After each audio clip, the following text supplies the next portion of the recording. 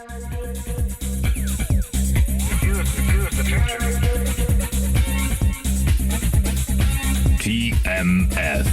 Extra. Hi, James. Hi. Good evening. Good morning. Yeah, good morning. Feels like good morning here. Yeah. Okay, well, yesterday evening we saw a pretty impressive show of Metallica with the Berliner Symphoniker. Oh, that one. Yeah. Yeah, that one. That was And, quite excellent. Well, let's start with the beginning. I mean, who came up with the idea in the band? I mean, it must have been someone from the band that thought like, okay, maybe we should do this. It was Michael Kamen. It was his idea. It came up to you guys? Yeah. He, whatever, through management, however, we got the word that he was interested in doing something like this, and we felt that it was not right. It's something we shouldn't do. Don't go there. Do not enter. Failure. Huge failure potential. So that was the challenge. We wanted to make this work. And because it was Michael Kamen, we thought it can work. We've worked with him before. With nothing else, man. Yeah. If someone else had came to us, maybe we would have had to think about it a little more. Just a regular show yesterday. If somebody else. Yeah. Okay. Well, but how does it work? I mean, Michael Kamen comes up to you and then set up a meeting, and then what happens? Well, a lot happened. I mean, it was about, his initial idea was almost a year and a half ago. Finding out which symphony, which songs, the logistics of the sound, the symphony schedule, our schedule, Michael Kamen's schedule. A lot had to be worked out. I mean, obviously the music was the most important thing. Michael Kamen came out, saw a couple live shows. We gave him live tapes, because obviously we play a little different live than on the studio stuff.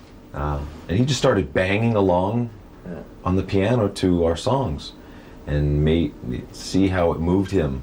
And then from there he went into scores, and then all of a sudden it was there. And he rehearsed with the skeleton crew with the symphony, the lead or the first violin, first horn, and got them used to the idea. Then they took their little notes back to their groups, and then all of a sudden we were in front of a symphony, playing, and it was very intimidating, Was it? Because how is the sound on stage if you're playing with each other? Is it for you guys, for the band Metallica, is it like 50-50? Are you being run over by the sound of the strings? No. It's hard to run over Metallica with a violin. That was a big hurdle to get over, the sound on stage.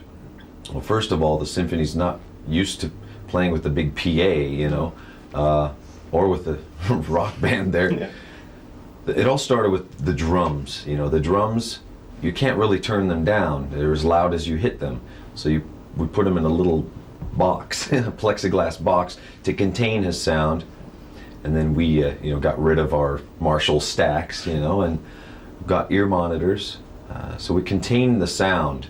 The problem was the strings, they couldn't hear themselves, so that was a hurdle that took a while to get used to, but I think it worked out pretty good.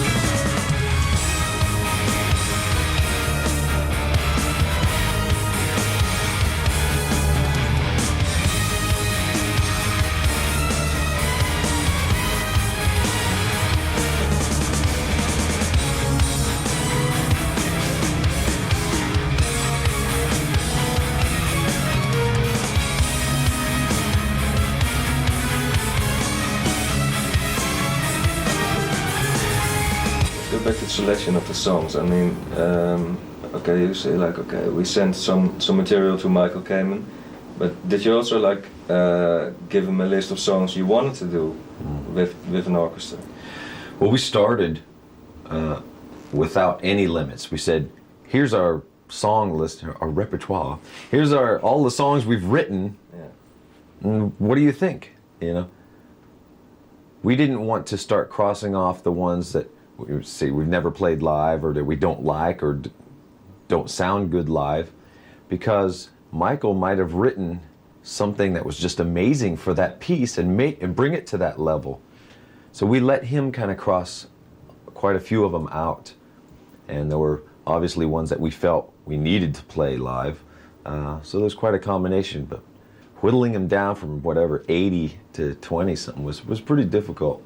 But what kind of songs did you guys think like, okay, we sure have to play the songs? Well, Enter Sandman is hard not to play. Yeah, something you gotta play for the rest of your life. I think. Yeah, well, I mean, worse things have happened, but we just didn't want all ballady stuff, because that's so easy. You know, you expect that Nothing Else Matters, The Hero of the Day, and things like that. They're easy to score, but we wanted to play a Metallica show with, you know, Sad But True. We wanted Fuel. We wanted Battery in there. We wanted to play the faster stuff as well. From the Bell Tolls, it was to me it was like the most impressive song of yesterday. Wow. I don't know why, but then it really struck me. So it's good. What was it for you, Guy? I mean, there is a first time to get on stage with a lot of people around you and then play a show with like 100 people behind you, also trying to make some noise. I mean, what was it like the first time? I mean, I mean, you got a pretty big reputation of playing live on stage, etc. So I suppose that you're not really nervous to get on stage, but well, how about this time? Sorry to break the bubble, but there was a lot of nervous energy. Well, the initial San Francisco shows were just going to be shows. And then, well, since we're doing this just once, let's record it. And then, well, if we're recording it, let's film it, you know. And then it became this huge thing.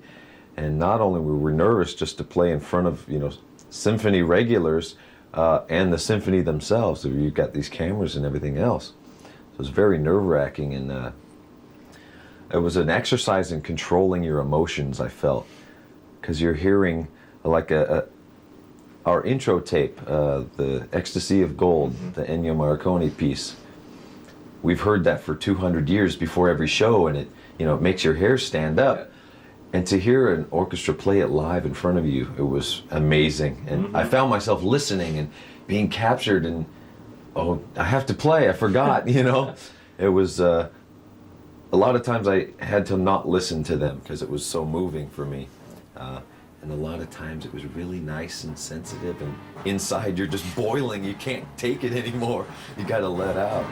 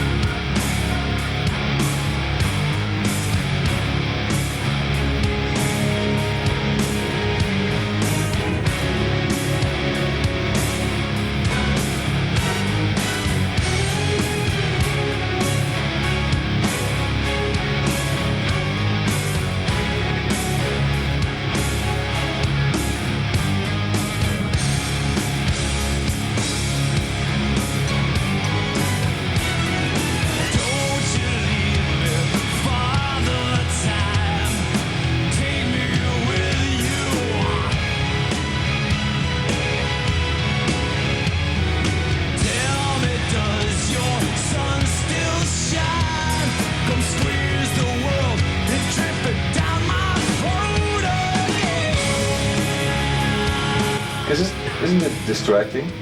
Because you're like playing a band, you're used to like playing with the four guys and hitting it really hard and going strong. And then sometimes you might have heard something like in the back. Come on. Well, I couldn't really listen to them. I had him take out of my monitor. We had ear monitors in, took them out. Because at first I thought, they're going to mess me up. I'll start playing wrong, or if they screw up, we want to be okay, you know. We're still Metallica now, you know. But now at the Berlin show, I heard them more. I had more of them in my ears. Because I was used to the score, you know, the music that Michael had written. So I knew what to expect. There was no surprises. Were there any rehearsals with the Berliner Symphonic Orchestra? It didn't seem like it, huh? We did a day and a half, which was 4.5 hours. Because the beauty of the people playing string etc. is that they don't really need that much practice for songs that they don't even know. Well, because they're so schooled, they read music. Yeah, you think that you just put it down in front of anyone and you can play with Metallica, but you can't. They have to learn how to listen to the band as well as just read, because it's more of a feel thing instead of just very, you know, stale and on paper. You know, because we're not the most perfect tempoed band either. You know, it fluctuates, so they had to learn to listen as well. So yeah, we talked to some of the players in San Francisco saying that a lot of times they were getting the beat from one of the headbangers in the front. You know, there's the beat of the song. Okay. So they learned. Yeah. Do you think that this proves that the compositions of the Metallica songs, that there is a connection between classical music and the composition of at least some of the Metallica songs? Well, yes. I mean, we're not trying to claim that we're any, you know, masters at anything, you know, or any accomplished musicians, and we're not. But I think some of the songs that we've created have a similar vibe, as in they're long and have an epic feel to them, and they take you places. And that was I think the link as well. If you listen to Justice for All, you get like all the I know Yes, yeah, my favorite. you get the song in like 9 minutes 23 seconds. You get the feeling of being pumped up into the wild unknown fields, etc. So that's like a classical feel into it. Okay. What do you think that the fans got out of this? Because there were a lot yesterday, and I mean, I told you that I was impressed because it's like something you gotta get